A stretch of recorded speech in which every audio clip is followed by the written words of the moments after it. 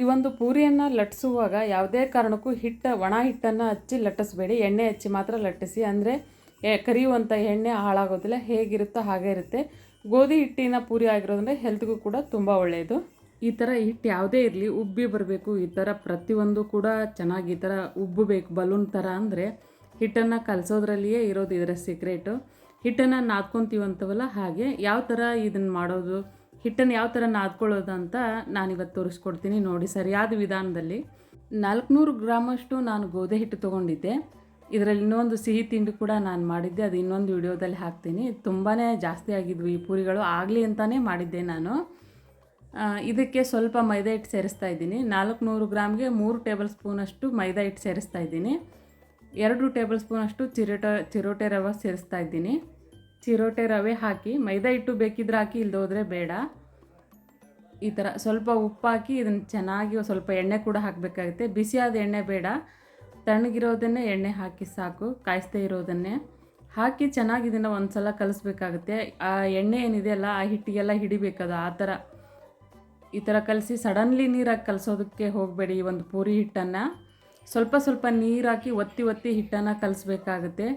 ಈಗ ಚಪಾತಿಗೆ ಅದಕ್ಕೆಲ್ಲ ಈ ಥರ ಸ್ವಲ್ಪ ಸ್ವಲ್ಪ ನೀರು ಹಾಕಿ ಕಲಿಸೋದಿಲ್ಲ ನಾವು. ಹಿಟ್ಟೇನು ಚಪಾತಿ ಅದಕ್ಕೆ ಇರುತ್ತೆ, ಆದರೆ ಈ ಥರ ಕಲಿಸುವಂಥ ಮೆಥಡ್ ಮಾತ್ರ ಚೇಂಜ್ ಆಗಿರುತ್ತೆ. ಈ ಥರ ನೀರು ಹಾಕ್ಬಿಟ್ಟು ಸ್ವಲ್ಪ ಸ್ವಲ್ಪ ನೀರು ಹಾಕಿ ಒತ್ತಿ ಕಲಿಸ್ಬೇಕಾಗುತ್ತೆ. ಸ್ವಲ್ಪ ಗಟ್ಟಿ ಥರ ಬರಬೇಕಿದು.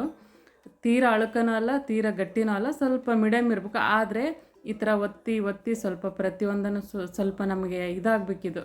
ಹಿಟ್ಟನ್ನು ನಾದುವಾಗ ಸ್ವಲ್ಪ ಫ್ರೆಶ್ ಕೊಡಬೇಕು ಆ ಹಿಟ್ಟಿಗೆ ನಾವು. ಈ ಥರ ಬೆರಳಿಂದ ಈ ಥರ ಚುಚ್ಚು ನೋಡಿದರೆ ಸ್ವಲ್ಪ ಗಟ್ಟಿ ಥರ ಇರಬೇಕು. ಇವಾಗ ಇದನ್ನ ರೆಸ್ಟ್ಗೆ ಇಟ್ಬಿಡೋಣ. ಇವಾಗ ಚಟ್ನಿ ಮಾಡ್ಕೊಳ್ಳೋಣ ನಾವು. ಪುಟಾಣಿ ತೊಗೊಂಡಿದ್ದೆ ನಾನು, ಫ್ರೆಶ್ ಪುಟಾಣಿನ. ಇದನ್ನೇ ಹಿಟ್ಟು ಮಾಡ್ಕೊತೀನಿ ನೋಡಿ. ಈ ಥರ ನಿಮ್ಗೆ ಎಷ್ಟು ಚಟ್ನಿಗೆ ಬೇಕಾಗುತ್ತೋ ಅಷ್ಟು ಹಿಟ್ಟನ್ನು ತೊಗೊಳ್ಳಿ. ಇವಾಗ ಚಿಕ್ಕದಾಗಿ ಹೆಚ್ಚಿರುವಂಥ ಹಸಿಮೆಣಸಿನ್ಕಾಯಿ, ಉಳ್ಳಾಗಡ್ಡಿ, ಈರುಳ್ಳಿ ಅಂತೀವಲ್ಲ, ಈರುಳ್ಳಿ ಮತ್ತು ಕರಿಬೇವು ತೊಗೊಂಡಿದ್ದೀನಿ. ತುಂಬ ಚಿಕ್ಕದಾಗಿ ಕಟ್ ಮಾಡ್ಕೊಳ್ಳಿ ಅವುಗಳನ್ನು. ಇವಾಗ ಎಣ್ಣೆ ಬಿಸಿ ಮಾಡಲು ಇಟ್ಟಿದ್ದೆ. ಜೀರಿಗೆ ಸಾಸಿವೆ ಹಾಕ್ತಾಯಿದ್ದೀನಿ ನಾನು. ಅದಕ್ಕೆ ಅವು ಚಿಟಪಟ ಅಂದ ತಕ್ಷಣವೇ ಅದಕ್ಕೆ ಹಸಿರು ಮೆಣಸಿನ್ಕಾಯಿ ಹಾಕಬೇಕಾಗುತ್ತೆ. ಮೊದಲು ಹಸಿರು ಮೆಣಸಿನ್ಕಾಯಿಯನ್ನೇ ಹಾಕಿ, ಇದನ್ನು ಹಸಿರು ಮೆಣಸಿನ್ಕಾಯಿ ಹೆಚ್ಚಾದರೂ ಹಾಕಿ ಅಥವಾ ಮಿಕ್ಸಿಗೆ ಹಾಕಿ ಸ್ವಲ್ಪ ಸಣ್ಣ ಆದರೂ ಮಾಡಿ ಹಾಕಿ. ಮಕ್ಕಳು ತೆಗೆದುಬಿಡ್ತಾರೆ ಅನ್ನೋದಾದರೆ ಸ್ವಲ್ಪ ಕ್ರಷ್ ಮಾಡಿ ಹಾಕಿ. ಹೆಚ್ಚಿರುವಂಥ ಈರುಳ್ಳಿನ ಸೇರಿಸ್ತಾ ಇದ್ದೀನಿ. ಸ್ವಲ್ಪ ಫ್ರೈ ಮಾಡ್ಕೊಳ್ಳಿ. ಅತಿಯಾಗಿ ಕೆಂಪಗಾಗೋಕ್ಕೆ ಬಿಡಬೇಡಿ. ಇದನ್ನು ಸ್ವಲ್ಪ ಫ್ರೈ ಆದರೆ ಸಾಕು. ಸ್ವಲ್ಪ ಅರಿಶಿಣ ಪುಡಿ ಸೇರಿಸ್ತಾ ಇದ್ದೀನಿ. ಎಲ್ಲದನ್ನು ಫ್ರೈ ಮಾಡುವಾಗಲೇ ಹಾಕಿಬಿಡೋಣ ನಾವು ಈ ಒಂದು ಚಟ್ನಿಗೆ. ಇದು ನಮ್ಮ ಕರ್ನಾಟಕದ ಸ್ಪೆಷಲ್ ಅಂತ ಹೇಳ್ಬೋದು. ಉಪ್ಪು ಸೇರಿಸ್ತಾ ಇದ್ದೀನಿ. ಇವಾಗಲೇ ನಾನು ಇದಕ್ಕೆ ಸಕ್ಕರೆ ಕೂಡ ಸೇರಿಸ್ತಾ ಇದ್ದೀನಿ. ಸ್ವಲ್ಪ ಸಕ್ಕರೆ ಹಾಕಿ ಸ್ವಲ್ಪ ಸಿಹಿ ಮೇಲೆ ಬಂದರೆ ತುಂಬ ಟೇಸ್ಟಾಗಿರುತ್ತೆ. ಹುಳಿ ಸ್ವೀಟ್ ಆಗಿ ಇದನ್ನು ಚೆನ್ನಾಗಿ ಫ್ರೈ ಮಾಡಿ ತಣ್ಣಗಾಗೋದಕ್ಕೆ ಬಿಟ್ಬಿಡೋಣ. ಇಲ್ಲಿ ಮಜ್ಜಿಗೆ ಬೇಕಾಗುತ್ತೆ ಸ್ವಲ್ಪ, ಇಲ್ಲ ಮೊಸರನ್ನ ಕಡ್ದು ಹಾಕ್ಕೊಳ್ಳಿ. ಈ ಒಂದು ಹಿಟ್ಟಿಗೆ ಅದೇನು ಮಿಕ್ಸರ್ ಹಾಕ್ಕೊಂಡಿದ್ವಲ್ಲ ಆ ಒಂದು ಕಡಲೆ ಹಿಟ್ಟಿಗೆ ಈ ಒಂದು ಮಜ್ಜಿಗೆ ನೀರು ಹಾಕಿ ಗಂಟು ಇಲ್ಲದೆ ಇರೋ ಥರ ಇದನ್ನು ಕಲಿಸ್ಬೇಕಾಗುತ್ತೆ ಚೆನ್ನಾಗಿ. ಸ್ವಲ್ಪ ಮೊಸರು ಹಾಕಿ, ಮೊಸರು ಅಥವಾ ಮಜ್ಜಿಗೆನ ಜಾಸ್ತಿ ಹಾಕೋಕ್ಕೆ ಹೋಗ್ಬಿಡಿ, ಅದರ ಟೇಸ್ಟಿಗೋಸ್ಕರ ಅಷ್ಟೇ.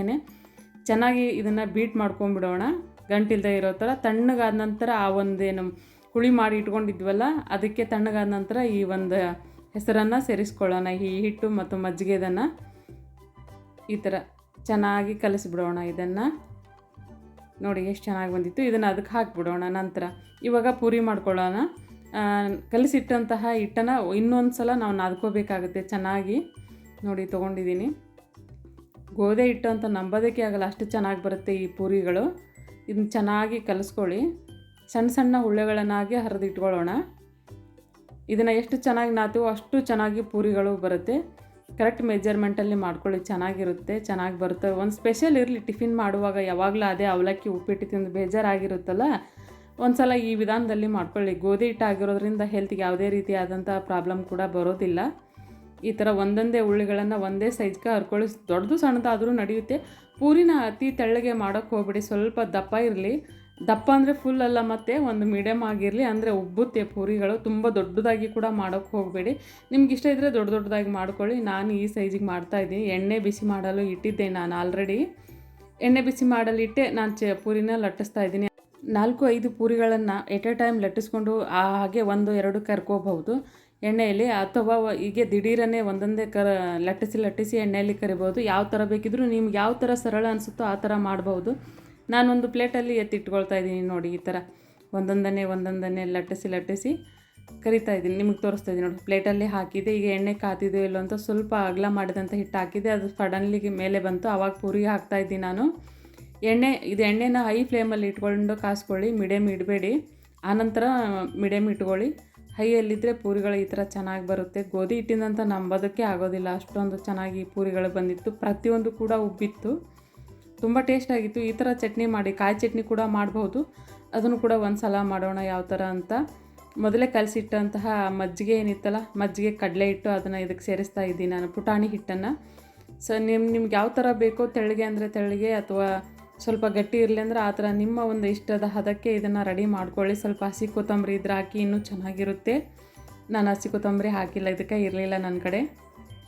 ಇನ್ನೂ ಸ್ವಲ್ಪ ತೆಳ್ಳಗೆ ಬೇಕಾಗಿತ್ತು. ಇನ್ನೂ ಸ್ವಲ್ಪ ನೀರು ಹಾಕಿ ಉಳಿದಂಥ ಹಿಟ್ಟನ್ನು ಕೂಡ ಹಾಕಿ ನಾನು ಇದನ್ನು ಇಟ್ಬಿಟ್ಟೆ. ಇವಾಗ ಮತ್ತೆ ಪೂರಿ ಮಾಡಲು ಸ್ಟಾರ್ಟ್ ಮಾಡ್ತೀನಿ ನಾನು. ನೋಡಿ, ಈ ಥರ ಚೆನ್ನಾಗಿರುವಂತಹ ಪೂರಿಗಳು ರೆಡಿ ಆಗಿದ್ವು. ಯಾವುದೇ ರೀತಿಯಾದಂತಹ ಎಣ್ಣೆನೂ ಕೂಡ ಈ ಪೂರಿಗಳಿಗೆ ಹಿಡಿದಿರೋದಿಲ್ಲ. ಎರಡೇ ಬಿಟ್ಟಿಲ್ಲೇ ಕಟ್ ಆಗ್ತಾಯಿತ್ತು, ಅಷ್ಟೊಂದು ಚೆನ್ನಾಗಿ ಬಂದಿದ್ವು. ಇವು ನಾರಾಗಿ ಬರೋದಿಲ್ಲ. ಮೈದಾ ಹಿಟ್ಟಲ್ಲಿ ಮಾಡಿದರೆ ಮತ್ತು ಹರಿಬೇಕಾಗುತ್ತೆ ಕುಂತ್ಕೊಂಡು. ಇವಾದರೆ ಇಷ್ಟೇ, ಅಗದಿ ಸಿಂಪಲ್ಲಾಗಿ ಮಾಡ್ಬೋದು. ನೋಡಿ ಎಷ್ಟು ಚೆನ್ನಾಗಿತ್ತು, ತುಂಬಾ ಟೇಸ್ಟಾಗಿತ್ತು. ನೀವು ಕೂಡ ಖಂಡಿತ ಒಂದು ಸಲ ಟ್ರೈ ಮಾಡ್ತೀರಾ ಅಂತ ನಾನು ಭಾವಿಸ್ತೇನೆ. ಹೇಗಾಗಿತ್ತು ಅಂತ ಕಾಮೆಂಟ್ ಮಾಡಿ. ನನಗೊಂದು ಸಬ್ಸ್ಕ್ರೈಬ್ ಕೊಡೋದನ್ನು ಮಾತ್ರ ಮರಿಬೇಡಿ.